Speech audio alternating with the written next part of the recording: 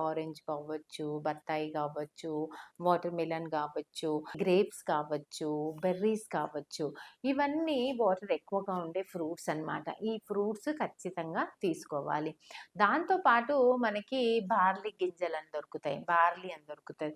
అది నైట్ ఒక 2 spoons night నానబెట్టుకొని, మార్నింగ్ ఉడికించుకొని, దాని వాటర్‌ని మనం తీసుకుంటే అది కూడా హైడ్రేషన్‌కి బాగా యూజ్ అవుతది.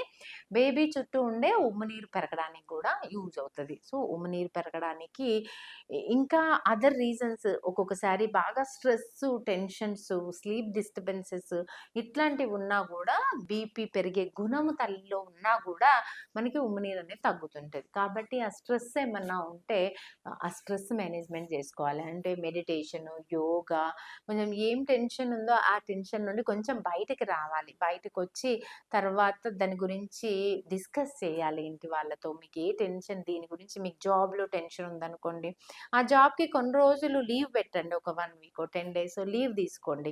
అంతే తప్ప అందులోనే ఉండి దాంతోనే స్ట్రగుల్ చేస్తూ, మీరొక్కరే స్ట్రగుల్ చేస్తూ ఫ్యామిలీ వాళ్ళతో షేర్ చేసుకోకుండా ఉండడం వల్ల మీకు వాటర్ లెవెల్ తగ్గి తర్వాత లైఫ్ అంతా మళ్ళీ డెలివరీ టైంలో రిస్క్ అయ్యే ఛాన్సెస్ ఉంటాయి.